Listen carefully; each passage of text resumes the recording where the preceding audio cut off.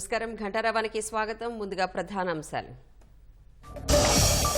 4.5 ఏళ్లలో ఉత్తరాంధ్రకు ఏమీ చేయని జగన్, ఎన్నికలు వస్తున్న వేళ పరిశ్రమలు మెట్రో ప్రాజెక్టులంటూ హడావిడి.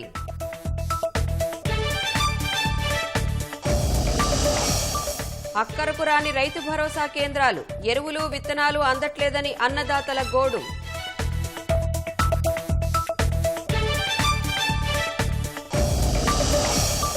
భీకర దాడులతో రగిలిపోతున్న ఇజ్రాయెల్ పాలస్తీనా, 500 మందికి పైగా దుర్మరణం.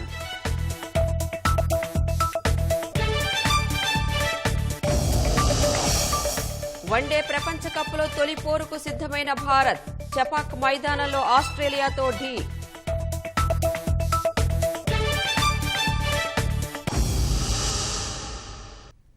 తెలుగుదేశం అధినేత చంద్రబాబు అరెస్టును నిరసిస్తూ ఆ పార్టీ ఇచ్చిన పిలుపు మేరకు కాంతితో క్రాంతి కార్యక్రమాన్ని అన్ని ప్రాంతాల ప్రజలు ఓ దీక్షగా నిర్వహించారు.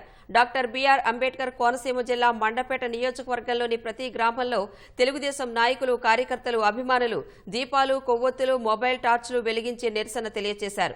రాయవరం మండలం వెదురుపాకలో మహాశక్తి కార్యక్రమంలో ఎమ్మెల్యే వేగుళ్ల జోగేశ్వరరావు ఆధ్వర్యంలో పార్టీ నాయకులు, కార్యకర్తలు వీధుల్లో దీపాలు ఆపేసి కొవ్వొత్తుల వెలుగులతో చంద్రబాబుకు మద్దతు తెలిపారు. మండపేట తెలుగుదేశం పార్టీ కార్యాలయంలో కొవ్వొత్తులు వెలిగించి నిరసన తెలిపారు. కాకినాడ జిల్లా జగ్గంపేటలో తెలుగుదేశం నాయకుడు జ్యోతుల నెహ్రూ ఆధ్వర్యంలో కాగడాల ప్రదర్శనతో భారీ ర్యాలీ చేపట్టారు. అనకాపల్లి జిల్లా రోలుగుంట మండలం కుసర్లపూడిలో కొవ్వొత్తులు, కాగడాలతో ర్యాలీ నిర్వహించారు. చంద్రబాబును తక్షణం విడుదల చేయాలంటూ నినాదాలు చేశారు. రాష్ట్ర పరిస్థితులపై కేంద్ర ప్రభుత్వం జోక్యం చేసుకోవాలని మాజీ మంత్రి ఆనం రామనారాయణ రెడ్డి అన్నారు. రాష్ట్రంలో 5 కోట్ల మంది ప్రజలు స్వేచ్ఛా స్వాతంత్ర్యాలు కోల్పోయారని ఆవేదన చెందారు. 16 నెలలు జైల్లో ఉన్న సీఎం జగన్ వ్యవస్థలను మేనేజ్ చేసుకుంటూ కోర్టుకు హాజరు కాకుండా బెయిల్పై తిరుగుతున్నారని ఆనం ఆగ్రహం వ్యక్తం చేశారు. రాష్ట్రంలో దుర్మార్గమైన పాలన కొనసాగుతుందని మండిపడ్డారు.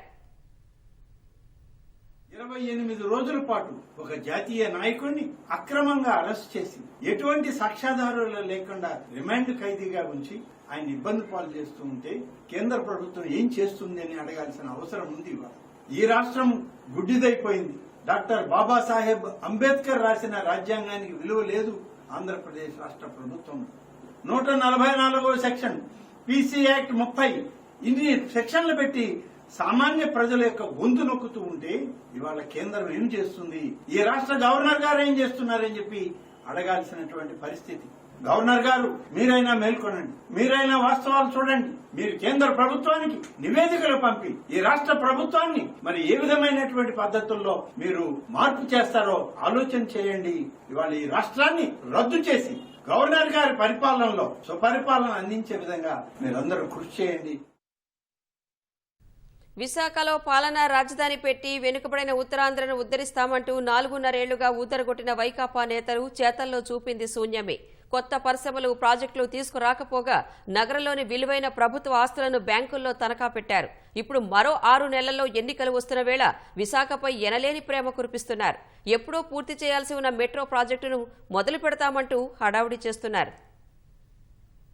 విశాఖ పాలనా రాజధాని అంటూ ఇన్నాళ్లు కాలం వెళ్లదీసిన వైకాపా పాలకులు నగరానికి ఇప్పుడేదో చేస్తామంటూ హడావిడి చేస్తున్నారు. విశాఖ మెట్రోకు గత ప్రభుత్వ హయాంలో డీపీఆర్ దాదాపుగా ఖరారైంది. ప్రభుత్వ, ప్రైవేటు భాగస్వామ్య విధానంలో దీన్ని ముందుకు తీసుకువెళ్లే ప్రణాళికతో రుణ సాయానికి విదేశీ బ్యాంకులు సైతం సిద్ధమయ్యాయి. టెండర్లు పిలిచే సమయానికి ప్రభుత్వం మారి వైకాపా అధికారంలోకి వచ్చింది. విశాఖ మెట్రో రైలు ప్రాజెక్టు ఫైనాన్షియల్ బిడ్ను రద్దు చేసింది. మళ్లీ కొత్త టెండర్కు వెళ్లాలని, డీపీఆర్ తయారీకి అవసరమైన చర్యలు తీసుకోవాలని వైకాపా ప్రభుత్వం ఆదేశించింది. 4.5 ఏళ్లు గడిచాక ఇప్పుడు తీరిగ్గా డీపీఆర్ సిద్ధం చేసి కేంద్రానికి పంపారు. 4 కారిడార్లలో 54 స్టేషన్లు ఏర్పాటు చేస్తూ 76.90 కిలోమీటర్ల మెట్రో నిర్మాణం తొలి విడతలో చేపట్టనున్నట్లు ప్రకటించారు. వచ్చే జనవరి 15న శంకుస్థాపన అంటూ మళ్లీ హోరెత్తిస్తున్నారు. డీపీఆర్ పరిశీలన పూర్తయి పనులు ప్రారంభించాలంటే చాలా సమయం పడుతుందని, ఇది కేవలం ఎన్నికలను దృష్టిలో ఉంచుకుని జగన్ ప్రభుత్వం చేస్తున్న మాయేనని విమర్శలు వెల్లువెత్తుతున్నాయి.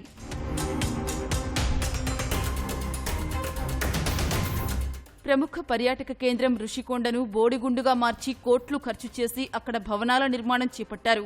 సీఎం జగన్ కుటుంబం కోసమే ఉన్నవాటిని కూల్చి కొత్తవి నిర్మిస్తున్నట్లు తీవ్ర ఆరోపణలు రావడంతో ఆ నిర్మాణాలకు పర్యాటక రిసార్టుల అభివృద్ధి ముసుగు వేశారు.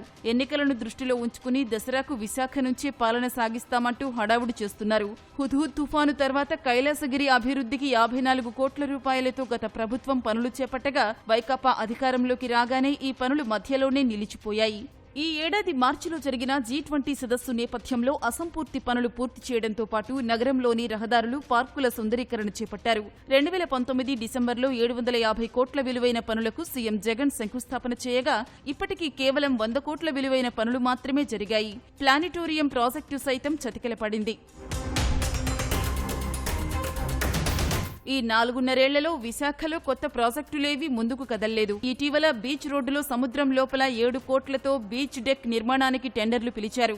కైలాసగిరిపై సైన్స్ సిటీ, బీచ్ రోడ్డులో కన్వెన్షన్ హాలు, 5 నక్షత్రాల రిసార్ట్, జల విన్యాసాలకు సంబంధించి క్రియేషనల్ పార్కు ఏర్పాటుకు ప్రతిపాదనలు సిద్ధం చేశారు. ఆనందపురం మండలం గోరింటలో 5 ఎకరాల్లో ఎక్సైజ్ కాంప్లెక్స్ నిర్మాణానికి సెప్టెంబర్ 28న శంకుస్థాపన చేశారు. 88 కోట్లతో నేచురల్ హిస్టరీ పార్కు, మ్యూజియానికి ప్రతిపాదన చేయగా సంబంధిత డిపిఆర్ సిద్ధం చేసి ప్రభుత్వ పరిశీలనకు పంపారు. ఇన్నాళ్లు అభివృద్ధిని విస్మరించిన సర్కారు ఇప్పుడు హడావిడిగా శంకుస్థాపనలు చేయడంపై స్థానికులు విస్మయం వ్యక్తం చేస్తున్నారు. శ్రీశైలం దిగువన ఎలాంటి సాగునీటి, తాగునీటి అవసరాలు లేకపోయినా తెలంగాణ జెన్కో అధికారులు విద్యుత్ ఉత్పత్తి కోసమే పెద్ద ఎత్తున నీళ్లు వాడేస్తున్నారని రాష్ట్ర జలవనరుల శాఖ engineer in chief C Narayanareddy Krishna board chairman కు శనివారం లేఖ రాశారు. శ్రీశైలం, నాగార్జునసాగర్ జలాశయాల్లో సరిపడినంత నీళ్లు లేనందున ఉన్న జలాలను జులై వరకు తాగునీటి అవసరాల కోసమే వాడుకోవాలని గతంలో తీసుకున్న నిర్ణయానికి వ్యతిరేకంగా తెలంగాణ వ్యవహరిస్తోందని ఆయన లేఖలో తెలిపారు. రాయలసీమ కరువు ప్రాంతాలకు, చెన్నైకి తాగునీటిని అందివ్వాలంటే పోతిరెడ్డిపాడు నుంచి నీళ్లు తీసుకోవాల్సి ఉంటుందని, ఇందుకు శ్రీశైలంలో 854 అడుగుల నీటి మట్టం ఉండేలా చూసుకోవాలన్నారు. అందువల్ల శ్రీశైలంలో జల విద్యుత్ ఉత్పత్తిని నిలిపివేయాలని లేఖలో పేర్కొన్నారు. రాజస్థాన్ ప్రభుత్వం శాసనసభ ఎన్నికలకు ముందు కీలక నిర్ణయం తీసుకుంది. రాష్ట్ర వ్యాప్తంగా కులగణన చేపట్టాలని నిర్ణయించి ఆ మేరకు ఉత్తర్వులు జారీ చేసింది. పౌరులందరి సామాజిక, ఆర్థిక, విద్యకు సంబంధించిన సమాచారంతో పాటు గణాంకాలను సేకరించేందుకు సొంత వనరులనే వినియోగిస్తామని ఉత్తర్వుల్లో పేర్కొంది. ప్రణాళికా విభాగం ఈ సర్వేకు నోడల్ డిపార్ట్మెంట్గా ఉంటుందని తెలిపింది. అయితే కులగణనను చేపట్టేందుకు నిర్దిష్టమైన సమయాన్ని ఉత్తర్వుల్లో పేర్కొనలేదు. కాంగ్రెస్ అధికారంలోకి రాగానే కులగణన చేపడతామని ఇటీవల రాహుల్ గాంధీ పలు సభల్లో వెల్లడించారు. ఈ నెల 2న బీహార్ ప్రభుత్వం తాము చేపట్టిన కులగణన సర్వే నివేదిక విడుదల చేయగా తాజాగా అశోక్ గెహ్లోట్ ప్రభుత్వం కులగణనకు నిర్ణయం తీసుకోవడం ప్రాధాన్యం సంతరించుకుంది. రైతులకు దిక్సూచిగా నిలుస్తాయని భావించిన రైతు భరోసా కేంద్రాలు ఊళ్లల్లో ఉత్సవ విగ్రహాలుగా దర్శనమిస్తున్నాయి. రైతులకు కావలసిన సకలం ఇక్కడే దొరుకుతాయని ప్రభుత్వం ఊదరగొడుతున్నా ఎరువులు, విత్తనాలు, పురుగుమందుల జాడే ఉండటం లేదని రైతులు వాపోతున్నారు. ఒక్కో కేంద్రంలో నెలకు 1/2 లీటర్ పురుగుమందులు అమ్మలేదు. ఎరువులు, విత్తనాల అమ్మకాలు నామమాత్రంగానే ఉన్నాయి. ఇలాంటి నామమాత్రపు కేంద్రాల కోసం మాత్రం ప్రభుత్వం 3,000 కోట్లు వెచ్చిస్తోంది. మొదలు పంట అమ్మకం వరకు మీ గ్రామంలోనే రైతుకు తోడుగా ఉంటూ సూచనలు, సలహాలు ఇవ్వడం ఒకటే కాకుండా అన్ని రకాలుగా ఈ క్రాపింగ్ చేయడమే కాకుండా, ఈ క్రాపింగ్ ద్వారా ఇన్సూరెన్స్ రిజిస్ట్రేషన్ చేయడమే కాకుండా, పంటల రుణాలు రాని వారికి పంటలు రుణాలు ఇప్పించడమే కాకుండా, చివరికి కనీస గిట్టుబాటు ధరలు రాని పరిస్థితిలో తోడుగా ఉండే కార్యక్రమం దాకా కూడా ఈ ఆర్బీకేలు చేస్తాయి. రాష్ట్రంలో రైతులకు రైతు భరోసా కేంద్రాలే కళ్లు, చెవులుగా పనిచేయనున్నాయంటూ ముఖ్యమంత్రి చెబుతున్న గొప్పలు చూశారుగా. రైతు భరోసా కేంద్రాలకు జాతీయ, అంతర్జాతీయ స్థాయి అవార్డులు వచ్చాయని గతంలో మన రాష్ట్ర అధికారులు ఇతర రాష్ట్రాలకు వెళ్లి అక్కడి పథకాలను పరిశీలించేవారని, ఇప్పుడు అన్ని రాష్ట్రాలు మన వైపు చూస్తున్నాయని ప్రభుత్వం ఊదరగొడుతోంది. వ్యవసాయ రంగం ఊసెత్తితే చాలు రైతు భరోసా కేంద్రాలతో ఉద్ధరిస్తున్నామంటూ సీఎం గొప్పలు చెబుతారు. కానీ గ్రామాల్లోకి వెళ్లి రైతులను కదిలిస్తే తెలుస్తుంది వాటి పతనం ఏపాటిదో. విత్తనాలు, పురుగుల మందులు అందించడం దేవుడెరుగు. తాము కష్టపడి పండించిన పంటలను సైతం కొనుగోళ్లు చేయడం లేదని రైతులు మండిపడుతున్నారు. రైతు భరోసా కేంద్రాలు ఏర్పాటు చేసి 40 నెలలు అవుతోంది. ఇప్పటి వరకు వీటి ద్వారా అమ్మిన మొత్తం పురుగు మందులు ఎంతో తెలుసా? ఒక్కో కేంద్రానికి సగటున 12.60 లీటర్లే. అంటే నెలకు 1/2 లీటరు మందు కూడా విక్రయించలేదు. పత్తి, మిరప, మొక్కజొన్న విత్తనాల విక్రయం చూసినా అంతే. నెలకు కిలో చొప్పున లేవు. ఎరువుల అమ్మకాలు నామమాత్రమే. ఒక్కో కేంద్రంలో సగటున 750 బస్తాల ఎరువులను విక్రయించలేకపోయారు. ఇందుకేనా జాతీయ స్థాయిలో అవార్డులు వచ్చింది? పట్టుమని 10 మంది రైతులకు విత్తనాలు ఇవ్వలేకపోవడాన్ని గుర్తించేనా ప్రభుత్వానికి సత్కారాలు చేసింది అంటూ రైతులు ప్రశ్నిస్తున్నారు. వాస్తవాలను కప్పిపుచ్చి ప్రభుత్వం ఊకదంపుడు ప్రచారం చేస్తోంది. కనీసం ఈ కేంద్రాల్లో టీవీలు పనిచేయడం లేదని, ఇంటర్నెట్ రావడం లేదని, కియోస్కులు మొరాయించాయన్న సంగతైనా ముఖ్యమంత్రికి తెలుసా అంటూ నిలదీస్తున్నారు. మొక్కుబడి సేవలందించే ఈ ఆర్బీకేల భవన నిర్మాణాల కోసం మాత్రం ప్రభుత్వం 2,446 కోట్లు వెచ్చిస్తోంది. మౌలిక సదుపాయాలతో కలుపుకుంటే మొత్తం ఖర్చు 3,000 కోట్లకు చేరనుంది. ప్రచార ఆర్భాటానికి భారీగా ప్రజాధనాన్ని వెచ్చిస్తున్న ప్రభుత్వం వాటిల్లో అందుతున్న సేవలు మాత్రం పట్టించుకోవడం లేదు. ఆర్బీకేల పనితీరు బాగా లేదని, సమీక్షించుకోవాల్సిన అవసరం ఉందని జాతీయ అధ్యయన సంస్థలు తలంటుతున్నా కళ్లు తెరవడం లేదు. రైతు భరోసా కేంద్రాలు ఏర్పాటు చేస్తున్నాం. విత్తనం దగ్గర నుంచి విక్రయం దాకా అంతా మేమే చూస్తాం. రైతుల కళ్ళల్లో సంతోషం చూస్తాం. రైతుల ఆదాయం రెట్టింపు చేస్తాం. రైతు భరోసా ఇస్తున్నాం. ఇంకా ఇట్లాంటి బోర్డులన్నీ ప్రోత్సాహాలు ఇస్తున్నాం కాబట్టి పెద్ద ఎత్తున వ్యవసాయం ముందుకు పోతుందని చెప్పారు. కానీ వాస్తవంగా చూస్తే ఈ ప్రభుత్వం అధికారంలోకి వచ్చిన తర్వాత ఈ సంవత్సరం ప్రభుత్వ లెక్కల ప్రకారమే 30 లక్షల ఎకరాల్లో పంట సాగవల. అంటే 30 లక్షల ఎకరాల్లో పంట సాగకపోవడానికి కారణం రైతులు, కౌలు రైతులు, వ్యవసాయ కూలీలు కారణం కాదు. ఈ ప్రభుత్వం అనుసరించే విధానాలు, నీటి దగ్గర నుంచి విత్తనం దగ్గర నుంచి అన్నీ అష్టకష్టాలు పడి సాగు చేయాల్సి వస్తుంది. అందుకనే ప్రభుత్వం సరైన చర్యలు తీసుకోకపోవడం, రైతులకి తగిన ఆదాయం వచ్చేటి చేయలేకపోవడం కారణం. రైతులు పండించిన పంటలన్నీ భరోసా కేంద్రాల్లోనే కొనుగోలు చేస్తామని, రైతులకు పంట రుణాలు కూడా ఇక్కడే ఇప్పిస్తామని ప్రభుత్వం పదే పదే చెబుతోంది. అయితే రైతులకు అవసరమైన ఉత్పత్తులేవీ అక్కడ అందుబాటులో ఉండటం లేదు. 2020 మే నుంచి ఈ ఏడాది సెప్టెంబరు వరకు రాష్ట్రంలోని అన్ని ఆర్బీకేలలో 14.01 కోట్ల విలువైన 1.36 లక్షల లీటర్ల పురుగుమందులే విక్రయించారు. ఆర్బీకేల ద్వారా ఎరువులు విక్రయించాలని నిర్ణయించిన ప్రభుత్వం సహకార సంఘాలకు కేటాయింపులు తగ్గించేసి వీటికి పెంచింది. వ్యాపారులకు ఇచ్చే ఎరువుల పరిమాణంలోనూ కోత పెట్టింది. అయినా ఆశించిన అమ్మకాలు లేవు. కేంద్రాల్లో ఏడాదికి సగటున 4 లక్షల టన్నులలోపే ఎరువులు విక్రయించారు. ఒక్కో ఆర్బీకేలోనూ సగటున 750 బస్తాల ఎరువులను విక్రయించలేకపోయారు. సగటున ఎకరాకు 5 బస్తాల వినియోగం ప్రకారం చూసినా 2,000 ఎకరాల విస్తీర్ణం ఉండే ఒక్కో ఆర్బీకే పరిధిలో కనీసం 10,000 బస్తాలు విక్రయించాలి. కానీ 7% విక్రయాలు కూడా జరగలేదు. 2020-21లో 106,962 టన్నులు, 2021-22లో 3,68,204 టన్నులు, 2022-23లో 3,93,914 టన్నుల ఎరువులు విక్రయించారు. ఈరోజు రాష్ట్రంలో రైతాంగ పరిస్థితి చాలా దయనీయంగా తయారైంది. ప్రధానంగా ప్రభుత్వం నుంచి ఎటువంటి సహకారం వ్యవసాయాన్ని కాపాడే దాంట్లో తీసుకోవడం లేదు. అందులో ఎరువులు కానీ, పురుగు మందులు కానీ, సస్యరక్షణ చర్యల్లో సూచనలు, సలహాలు ఇవ్వటం కానీ, వ్యవసాయ శాస్త్రవేత్తలు కొత్త వంగడాలని కనుక్కొని ఈ పంటలకు వచ్చినటువంటి వైరస్ని, పెస్ట్ని నివారించడంలో కూడా ప్రభుత్వం నుంచి ఎటువంటి సహాయ సహకారాలు ఆంధ్రప్రదేశ్ రాష్ట్రంలో రైతాంగానికి అందటం లేదు. రైతులు ఎక్కువగా మోసపోయేది విత్తనాల ఎంపికలోనే. అందుకే అన్ని రకాల పరీక్షలు నిర్వహించి నాణ్యమైన విత్తనాలను రైతు భరోసా కేంద్రాల్లోనే అందిస్తామని ప్రభుత్వం తెలిపింది. అయితే రైతులకు అవసరమైన రకాలే ఇక్కడ దొరకవు. దొరికినా బహిరంగ మార్కెట్ కంటే ఎక్కువ ధరలే ఉంటున్నాయని రైతులు వాపోతున్నారు. 40 నెలల్లో 12.75 కోట్ల విలువైన 1,661 క్వింటాళ్ల విత్తనాలనే ఇక్కడ విక్రయించారు. అంటే ఒక్కో ఆర్బీకేలో సగటున 16 కిలోల విత్తనాలను కూడా విక్రయించలేకపోయారు. ఒకవేళ డిమాండ్ ఎక్కువగా ఉన్న ఉత్పత్తులను మాత్రం ముందుగా వైకాపా నేతలకే అందజేస్తున్నారు. యూరియా, డీఏపీ తదితర ఎరువులను ఇవ్వడంలోనూ అధికార పార్టీ వారికే ప్రాధాన్యమిస్తున్నారు. మాది రైతు ప్రభుత్వం. మేము రైతులకే అధిక ప్రాధాన్యత ఇస్తాం. అందుకే రాష్ట్ర వ్యాప్తంగా కూడా రైతు భరోసా కేంద్రాలను తీసుకువచ్చి రైతు విత్తన వయసు దగ్గర నుంచి కూడా పంటను అమ్ముకునే వరకు కూడా ప్రత్యేక చర్యలు తీసుకొని రైతులకు ఎటువంటి ఇబ్బందులు లేకుండా చూస్తాం. ఇది రాష్ట్ర ప్రభుత్వం మాట. కానీ క్షేత్రస్థాయిలో మాత్రం అందుకు పరిస్థితులు పూర్తి భిన్నంగా ఉన్నాయి. రాష్ట్ర ప్రభుత్వం స్పందించి ప్రకటనలు చేయకుండా క్షేత్రస్థాయిలో రైతులు ఎదుర్కొన్న ఇబ్బందులను పరిగణలోకి తీసుకొని వాటిని పరిష్కరించాలని రైతులు, రైతు సంఘాల నేతలు కూడా రాష్ట్ర ప్రభుత్వాన్ని కోరుతున్నారు. కెమెరామెన్ శేషుతో శ్రీనివాస్, ఈటీవీ న్యూస్, విజయవాడ. కర్ణాటకలోని ఓ బాణాసంచా గోదాంలో మంటలు చెలరేగి 13 మంది ప్రాణాలు కోల్పోయారు. అనేకల్ తాలూకా అత్తిబెలె గ్రామంలో జరిగిన ఈ ప్రమాదంలో గోదాం యజమాని సహా 4 గాయపడ్డారు. హుటాహుటిన ఘటనా స్థలానికి చేరుకున్న అగ్నిమాపక సిబ్బంది 5 యంత్రాల సాయంతో మంటల్ని అదుపులోకి తెచ్చారు. రానున్న పండగల కోసం టపాసులు సిద్ధం చేస్తుండగా ఈ ప్రమాదం జరిగినట్లు తెలుస్తోంది.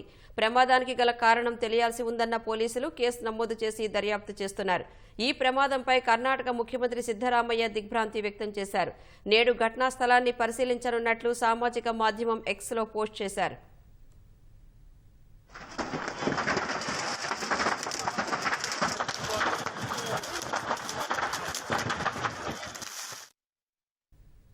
ఆఫ్ఘనిస్తాన్ పశ్చిమ ప్రాంతంలో భూకంపం పెను విధ్వంసం సృష్టించింది. శనివారం మధ్యాహ్నం వరుసగా 7 సార్లు ప్రకంపనలు రాగా వీటిలో 5 తీవ్రస్థాయిలో ఉన్నట్లు అధికారులు తెలిపారు. భూకంపం దాటికి 320 మంది మృతి చెందారని 1000 మందికి పైగా గాయపడ్డారని ఐక్యరాజ్యసమితి వర్గాలు వెల్లడించాయి. అయితే 120 మందికి పైగా మరణించారని ఆఫ్ఘనిస్తాన్ విపత్తు నిర్వహణ సంస్థ అధికారులు చెప్పారు. భూకంపం దాటికి 100 ఇళ్లు నేలమట్టమయ్యాయి. హెరాత్ జిల్లాలో 4 గ్రామాలు తీవ్రస్థాయిలో దెబ్బతిన్నాయి.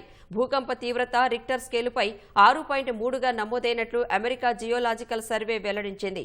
భూకంప కేంద్రం హెరాత్ నగరానికి వాయువ్య దిశగా 40 కిలోమీటర్ల దూరంలో ఉందని పేర్కొంది. ప్రధాన ప్రకంపనం తరువాత వచ్చిన ప్రకంపనలు 5.5 తీవ్రతతో ఉన్నాయని తెలిపింది.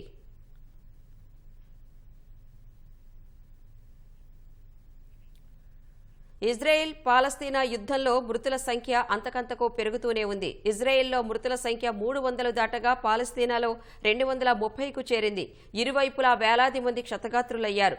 హమాస్ రాకెట్ దాడులు, ఇజ్రాయెల్ ఎయిర్ స్ట్రైక్లు ఇంకా కొనసాగుతూనే ఉన్నాయి. ఇజ్రాయెల్పై హమాస్ ఉగ్ర సంస్థ వేలాది రాకెట్లతో విరుచుకుపడిన దుర్ఘటనలో మృతుల సంఖ్య 300 దాటింది. మరో 1700 మందికి గాయాలు కాగా చాలా మంది పరిస్థితి తీవ్ర విషమంగా ఉంది. మృతుల సంఖ్య భారీగా పెరిగే అవకాశం ఉంది. టెల్ అవీవ్, రహ్వోట్, గెడెరా, అష్కెలోన్ వంటి నగరాల్లో హమాస్ ఉగ్రవాదులు భారీగా పౌరులను కిడ్నాప్ చేస్తున్నారు. చేతికి చిక్కిన సైనికులను, మహిళలను ఈడ్చుకెళ్తున్నారు. ఇజ్రాయెల్ చేతిలో బందీలైన తమ వారిని విడిపించుకునేందుకు వీరిని వాడుకుంటామని హమాస్ సంస్థ తెలిపింది.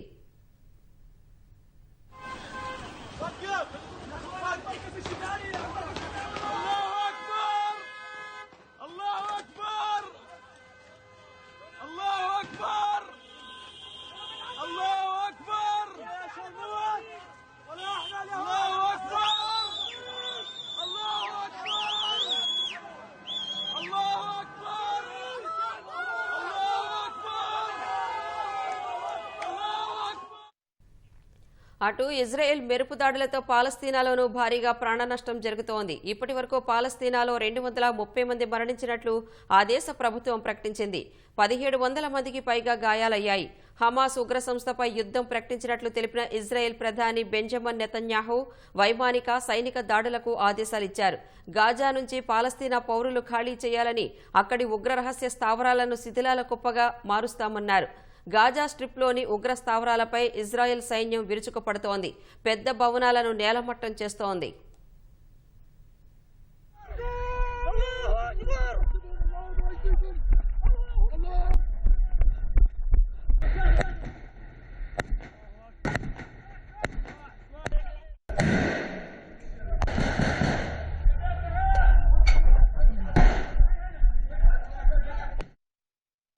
శనివారం తెల్లవారుజామున ఇజ్రాయెల్పై మొదలైన రాకెట్ దాడులు ఇంకా కొనసాగుతున్నాయి. రాత్రంతా రాకెట్లు ఇజ్రాయెల్ వైపు దూసుకొస్తూనే ఉన్నాయి.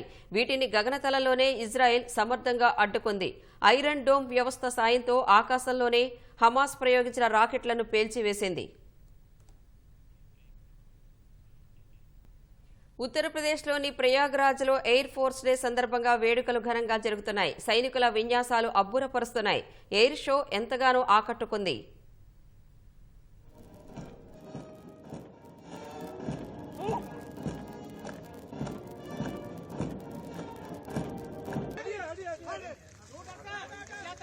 एक ऐतिहासिक क्षण जिसके हम सब साक्षी बन रहे हैं। ये भारत की प्रौढ़ शक्ति को दर्शाता है।